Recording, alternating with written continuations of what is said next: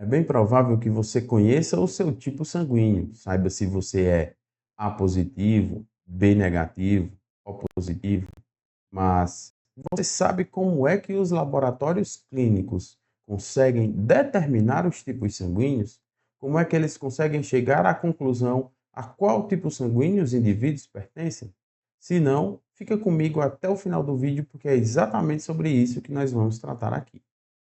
Olá pessoal, eu sou o Dimas Batista e você está no Biochemiclass, a sua sala de aula em qualquer lugar. Nesse vídeo nós vamos falar sobre o papel do laboratório clínico na determinação dos sistemas sanguíneos, na determinação dos tipos sanguíneos. Nós vamos falar aqui sobre as metodologias mais frequentemente utilizadas, quais são as características de cada uma delas, com as suas vantagens e desvantagens. Portanto, pega o teu material de anotação e vem comigo aprender um pouco mais a respeito desse tema. Mas primeiro, eu preciso te lembrar que esse vídeo faz parte de uma playlist onde nós estamos tratando sobre esse tema, os sistemas sanguíneos. Então, se você ainda não viu o nosso vídeo onde falamos sobre o sistema ABO, o sistema RH e a incompatibilidade sanguínea, eu o convido a clicar nos links que estão aqui na descrição. Afinal, você vai precisar das informações que nós debatemos lá para ter um melhor aproveitamento do conteúdo que nós vamos trabalhar aqui. Além disso, eu quero te pedir para dar uma conferida aí embaixo, se você já é inscrito no canal.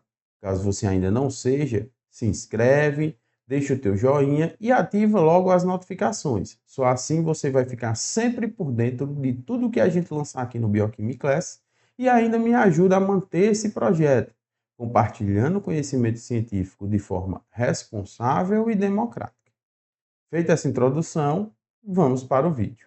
Então, pessoal, como eu disse para vocês, hoje nós vamos entender melhor a respeito de como é que o laboratório realiza a determinação do seu tipo sanguíneo, do meu tipo sanguíneo, como é que ele chega a essa conclusão.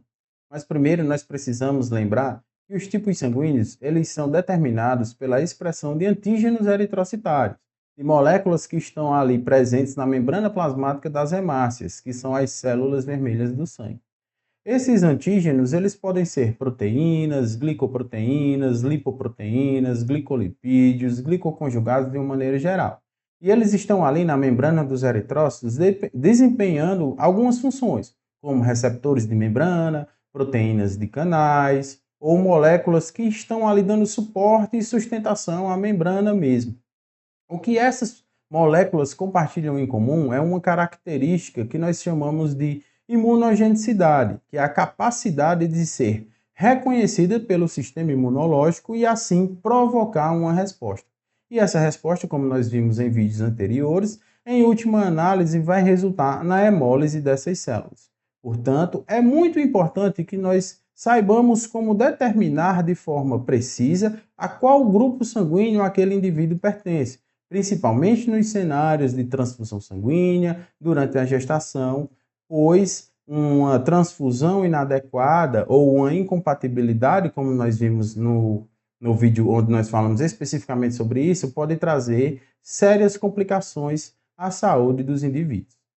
Então, existem atualmente descritos pela Sociedade Internacional de Transfusão Sanguínea 47 sistemas sanguíneos diferentes, que tomados em conjunto apresentam 366 antígenos. Então são muitas moléculas aí que estão tendo essa mesma característica, que todos os dias estão sendo descobertas novas moléculas que contemplam, que integram novos sistemas sanguíneos. Então é possível que daqui a algum tempo, esse vídeo está sendo lançado na plataforma em fevereiro, mas daqui a 3 meses, quem sabe, esse número possa aumentar, uma vez que a cada dia estão sendo descobertas novas moléculas e novos sistemas. Mas eu posso dizer para vocês que, mesmo com essa diversidade toda de sistemas sanguíneos já catalogadas, os dois mais importantes, que não por coincidência são os frequentemente determinados nos laboratórios, são os primeiros que foram descobertos, devido à sua imunogenicidade, que são os sistemas ABO e RH, que nós já discutimos aqui no canal. Então, qual é a base, qual é a sustentação, qual é o princípio que faz com que os laboratórios desenvolvam métodos para determinar os sistemas sanguíneos.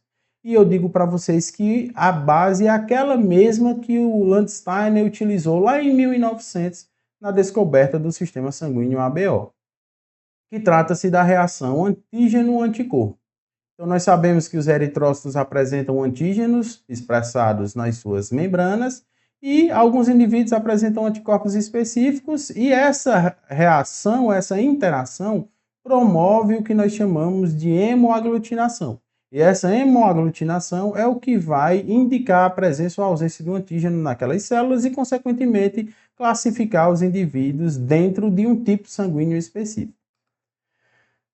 Em 2014, o Ministério da Saúde publicou aqui no Brasil um manual de imunohematologia laboratorial, onde ele traz uma série de orientações e recomendações para os laboratórios que trabalham com esse tipo de prática, com a determinação dos tipos sanguíneos. Então, nesse manual ele traz a informação de que os laboratórios eles devem utilizar pelo menos 2 metodologias para classificar o indivíduo dentro de um grupo sanguíneo específico. Uma metodologia direta, onde eu estou investigando diretamente nos eritrócitos a presença de antígenos, que vão determinar se o indivíduo é do grupo A, do grupo B, se é RH positivo ou não. E uma metodologia reversa, onde eu já vou investigar no plasma desse paciente a presença de anticorpos específicos contra o antígeno A e contra o antígeno B.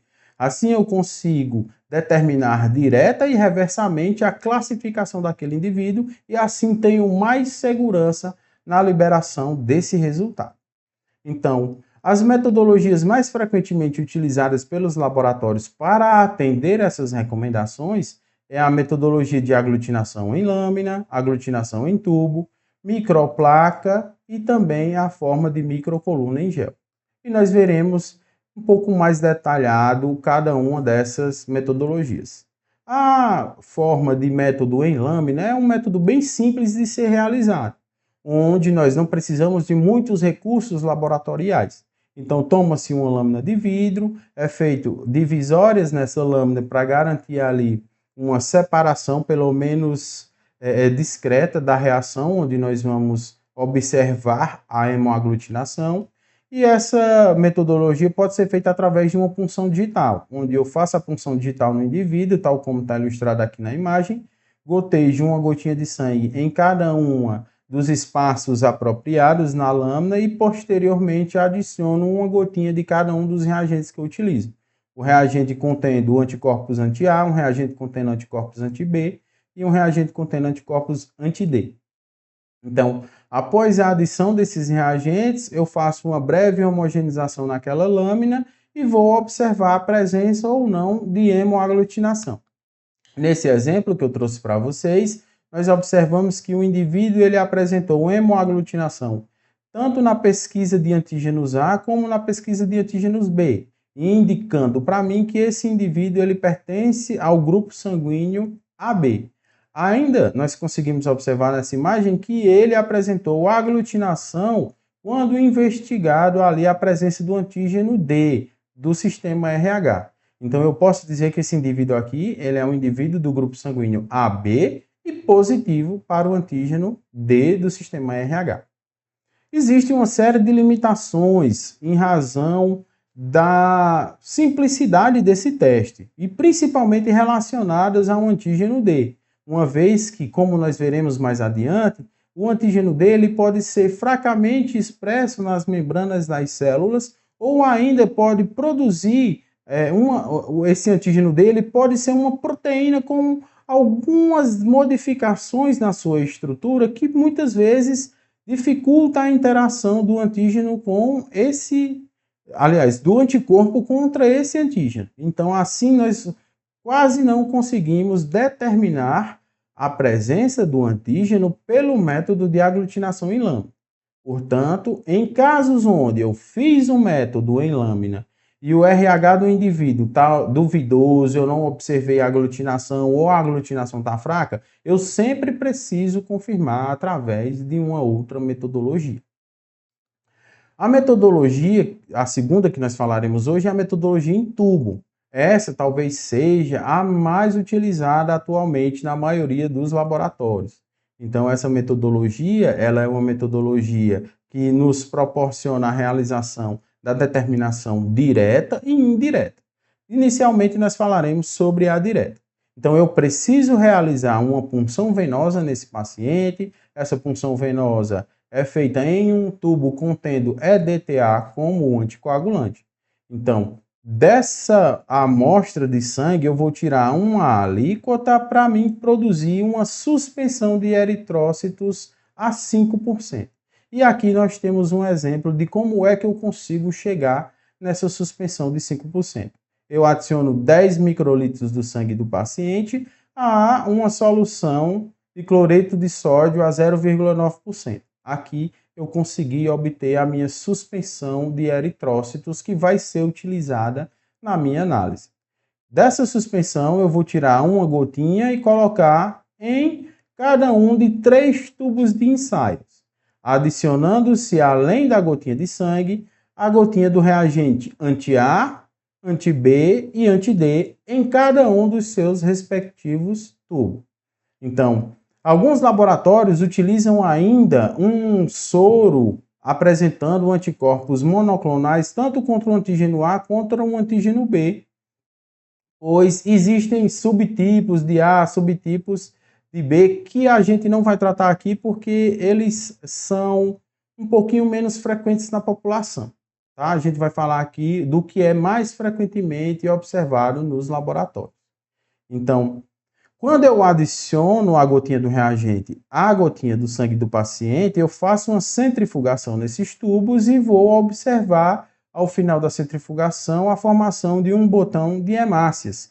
E esse botão de hemácias deve ser ressuspendido para que eu observe a presença ou não de aglutinação. Mas o que é que está acontecendo dentro desse tubo?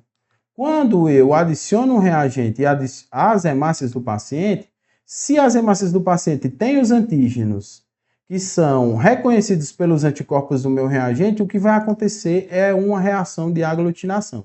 E a centrifugação vai proporcionar uma junção entre esses antígenos e anticorpos e no final nós vamos ter um botão de hemácias.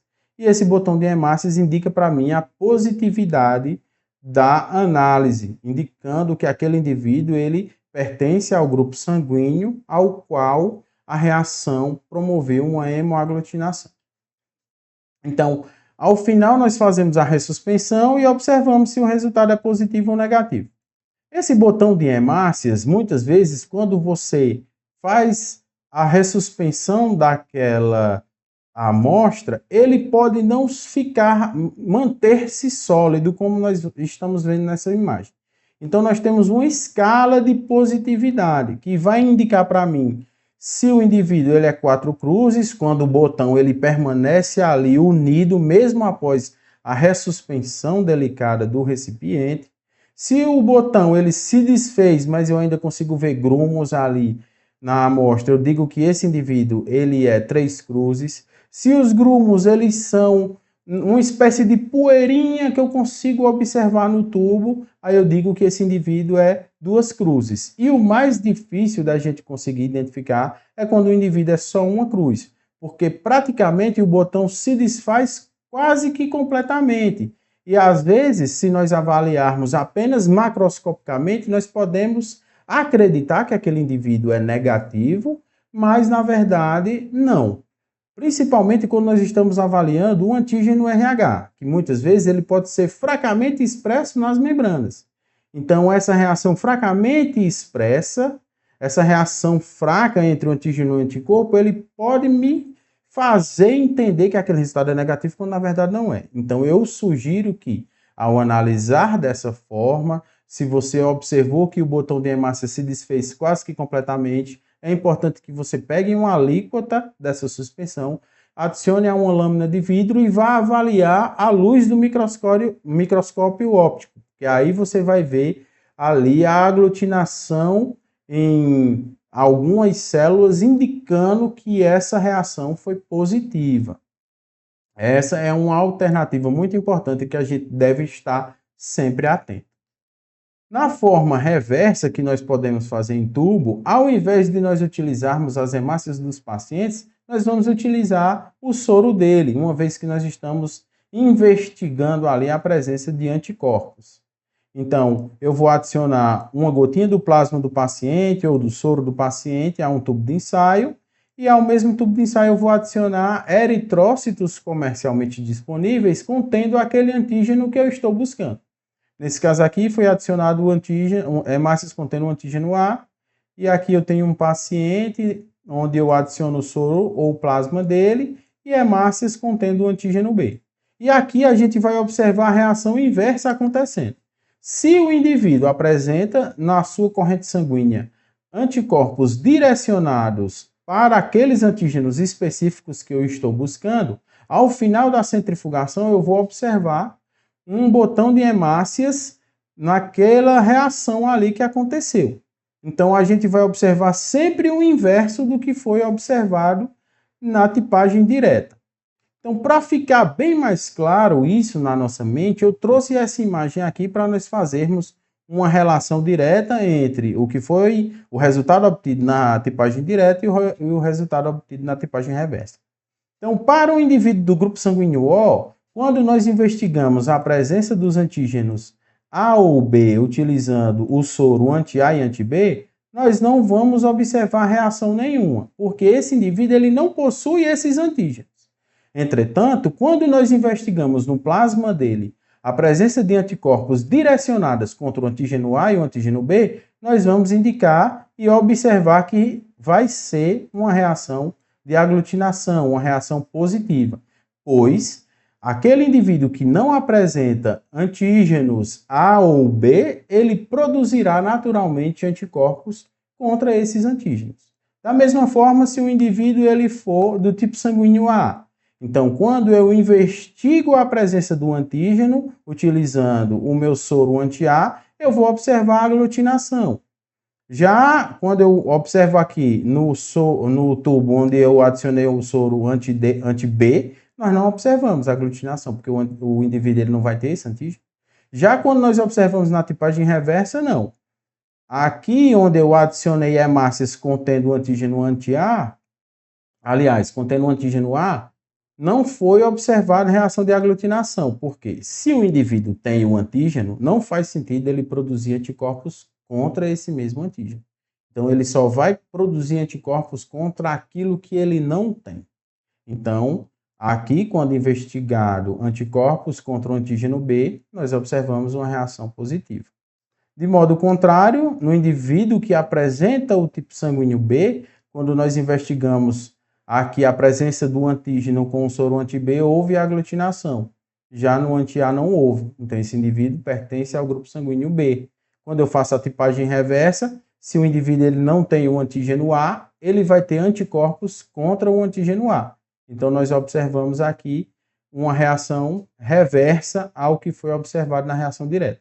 E já os pacientes que apresentam ambos os antígenos, que compreende ali o grupo sanguíneo AB, nós não vamos observar nenhum tipo de anticorpo na reação reversa.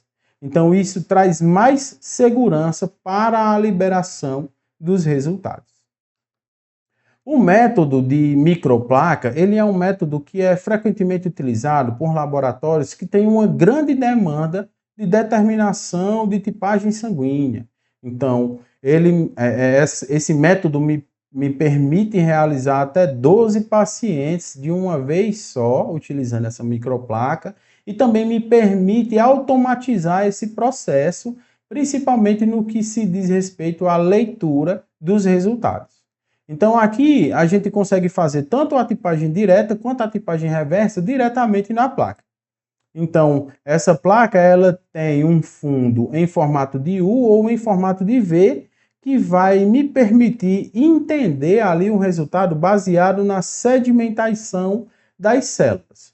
Como é que isso acontece? Então, quando eu adiciono o soro contendo antígenos A, aliás, contendo os anticorpos anti-A e os anticorpos anti-B nas hemácias do paciente, se ocorrer uma reação de aglutinação, hemoaglutinação, as hemácias vão se juntar num pontinho e elas vão sedimentar e ficar lá no fundinho da placa, uma vez que o fundinho dela ele não é chato, ele é em formato de U e em formato de V. Então, esse botão de hemácias que foi formado, ele sedimenta após um período de incubação, indicando a positividade do teste.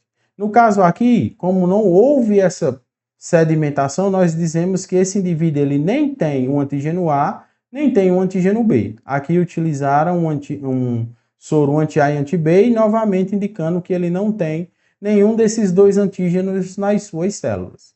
Pelo contrário, quando nós adicionamos aqui células contendo o antígeno A e o antígeno B, houve a formação desse botão, indicando que as hemácias foram aglutinadas por anticorpos presentes no plasma desse paciente e essa aglutinação promoveu uma sedimentação após um período de incubação, indicando que esse indivíduo aqui é do grupo sanguíneo O. Então, as hemácias próprias do paciente também são expostas ao plasma dele para avaliar se existe algum possível interferente que poderia induzir uma aglutinação inespecífica, e nesse caso nós observamos que não existe nenhum tipo de aglutinação. E ainda é testado 2 clones para o anticorpo anti-D, indicando aqui que a reação foi positiva. Então, esse indivíduo aqui, nós podemos concluir que ele é um indivíduo do grupo sanguíneo O e positivo para o antígeno RH. Vamos pegar aqui um paciente diferente, por exemplo, esse que deu A positivo. Quando foi adicionado o reagente anti-A às hemácias desse paciente, houve a formação de aglutinação. Então, nós observamos aqui que esse indivíduo ele apresenta em suas células o antígeno A. Quando foi adicionado o anticorpo anti-B, nós não observamos aglutinação, indicando que esse indivíduo ele não tem o antígeno B. Portanto, ele pertence ao grupo sanguíneo AB.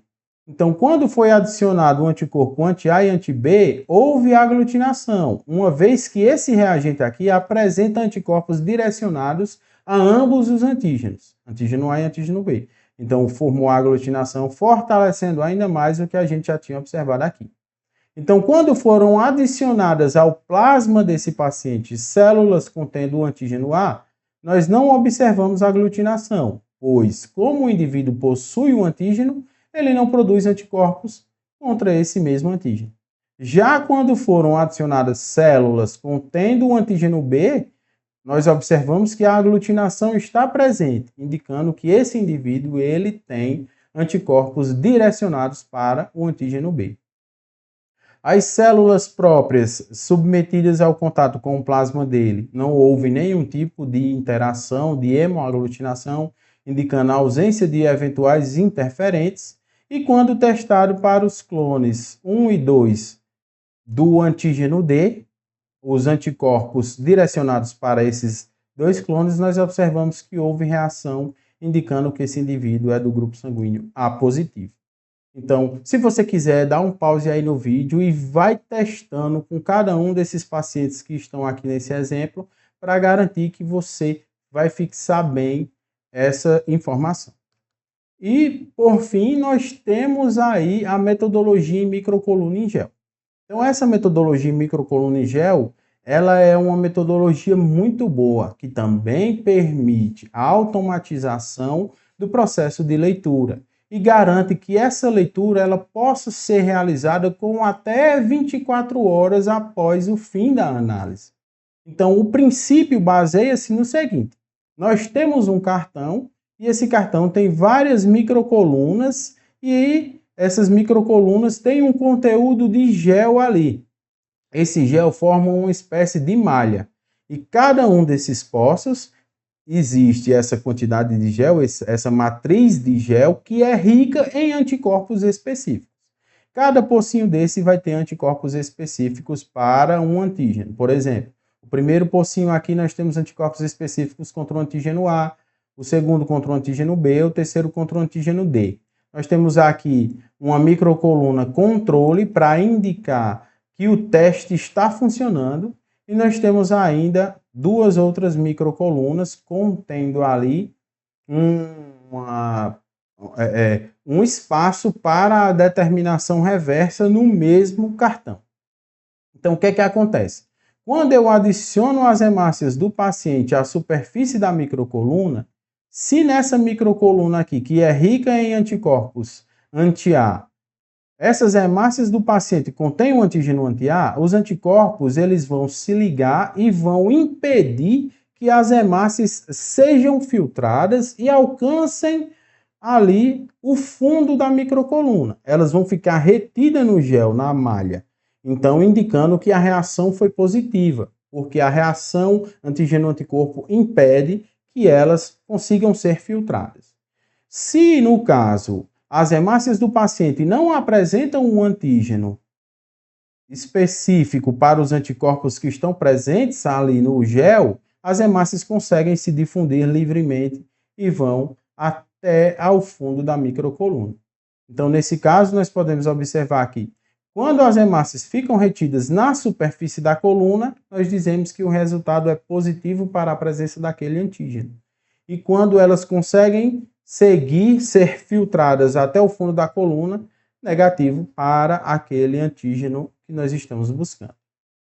E nos postos aqui contendo o espaço para nós realizarmos a determinação reversa, nós fazemos a mesma coisa. Só que nesse caso nós adicionamos o plasma do paciente e também adicionamos as hemácias comercialmente disponíveis contendo aquele antígeno que eu estou buscando. Nesse caso aqui nós temos um espaço para a adição do plasma do paciente e hemácias contendo o antígeno A. E aqui, da mesma forma, só que contendo o antígeno B. E após um processo de centrifugação, né, que é o que vai promover essa difusão das células, nós vamos observar se as células conseguiram descer até o fundo da microcoluna, é um resultado negativo. Se elas ficaram retidas, é um resultado positivo. Então, aqui, por exemplo, nós temos um indivíduo que ele é A, positivo para o antígeno RH. E na tipagem reversa, ele não tem anticorpos direcionados ao antígeno A, mas tem anticorpos direcionados ao antígeno B. E além dessas metodologias que a gente viu até aqui, existe essa ainda, que é uma metodologia mais recente, né, que é utilizada na forma de imunocromatografia, um teste rápido que a gente realiza também no laboratório. Então, esse método ele consegue determinar diretamente a presença de antígenos eritrocitários. Eu trouxe dois exemplos para vocês. Nesse exemplo aqui, nós temos um espaço para cada antígeno que nós estamos buscando e um espaço para controle para garantir que o teste está funcionando. E esse outro aqui nós temos aqui um mesmo espaço para adicionar a amostra do paciente e o resultado vai ser lido da seguinte forma. Cada pontinho desse aqui indica a presença de um antígeno e esse pontinho embaixo indica a presença de um controle, onde o teste é o indicativo onde o teste está funcionando. Uma limitação desse teste imunocromatográfico é que, para o antígeno D, nós só conseguimos determinar o antígeno que é mais frequentemente expresso na população. Mas existem ainda uns fenótipos incomuns, digamos assim, desse antígeno D, que é a forma de D variante, que muitas vezes pode não ser determinado pelo kit de imunocromatografia, uma vez que esse método aqui é baseado em anticorpos monoclonais, certo? Então, nós vamos ver agora as formas de determinação desses antígenos D variantes, D fraco, esses antígenos incomuns para, essas formas incomuns para o antígeno D. Então, nós sabemos que a proteína que confere ali o antígeno D é uma molécula transmembrana, ela atravessa a membrana várias vezes e está ali sendo expressa na forma de um complexo multiproteico nas células. Porém, existem algumas alterações genéticas que podem resultar na presença de aminoácidos diferentes nessa proteína. Esses aminoácidos eles vão residir quase sempre aqui nessa região que está imersa na membrana plasmática. Então, Quando eu tenho uma substituição de aminoácidos que são responsáveis por montar essa proteína na membrana plasmática, ela pode ser fracamente expressa, uma vez que vai existir uma dificuldade de inserir essa proteína ali na membrana do eritrócito. Então, ao invés de nós observarmos esse comportamento aqui, que é um comportamento normal, nós vamos observar esse comportamento, onde a proteína está presente, mas ela está fracamente expressa na membrana dos eritrócitos. Então, muitas vezes, essa redução na quantidade de antígenos sendo expressa, existe uma dificuldade adicional da gente conseguir determinar a presença da positividade para esse antígeno. Então, nesses casos, a alternativa é de que a gente fez a determinação lá no tubo, por exemplo, a gente fez a determinação no tubo, aguarda um tempinho, coloca no banho-maria por 15 minutos, centrifuga e faz uma reavaliação da formação do botão de eritrócitos, porque muitas vezes, quando a gente submete aquela amostra à temperatura de 37 graus, a gente facilita a interação antígeno-anticorpo, uma vez que essa interação é uma interação físico-química, que depende de condições apropriadas para acontecer.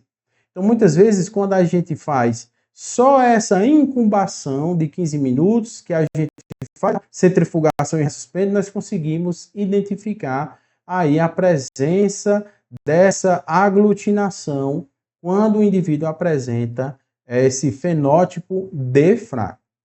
Porém, às vezes, as modificações na proteína ela pode acontecer nos aminoácidos que residem aqui na face externa da membrana plasmática, na face que está voltada para o espaço extracelular. Aí, nesse caso, nós vamos ter uma proteína que difere em alguns pontos da proteína D normal. Então, nós dizemos que esse indivíduo ele apresenta um fenótipo D variante, porque a proteína é a proteína D, mas ela varia um pouquinho, pois ou ela vai estar com alguns aminoácidos ausentes, ou ela vai estar com alguns aminoácidos substitutos com relação à proteína D normal. Aí, nesses casos, o reagente que nós utilizamos, ele apresenta uma proteína imunoglobulina IgM, que é direcionada à proteína anti-D, que vai nos permitir observar a aglutinação direta no tubo ou em lâmina. Mas nos casos onde o indivíduo ele apresenta uma proteína D variante, nós temos no reagente uma proteína imunoglobulina IgG, que é direcionada a essas formas variantes do antígeno D.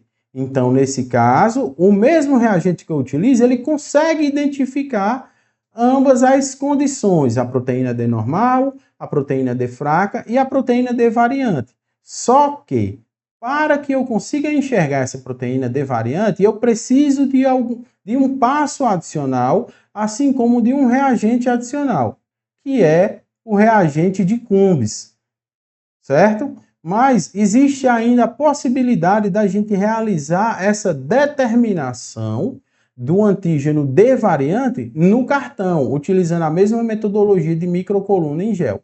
Existem cartões que vão conter aí anticorpos direcionados para variações da proteína D, da proteína que confere o antígeno RH. Então, tem o C grande, C pequeno e E pequeno. Então, o cartão ele vai me permitir determinar se aquela variação é em razão da presença de um antígeno diverso do que o antígeno D. E como eu disse para vocês, quando eu faço um método em tubo, eu preciso de um reagente antiglobulina humana, que é o reagente de Cumbres, que é o tema do nosso próximo vídeo. Então, o que eu tinha para falar para vocês, pessoal, era isso. E deixo aqui uma questãozinha para mim entender se você realmente conseguiu fixar e compreender como é que a gente faz a determinação do tipo sanguíneo no laboratório. Utilizando o método de cartão, você seria capaz de me dizer qual é o tipo sanguíneo desse doador? Se sim, Deixa aí nos comentários e se não, me diz qual foi a dúvida que você ficou, tá? Agradeço a vocês, a audiência, por terem persistido e resistido até aqui e nos encontramos no próximo vídeo. Até mais.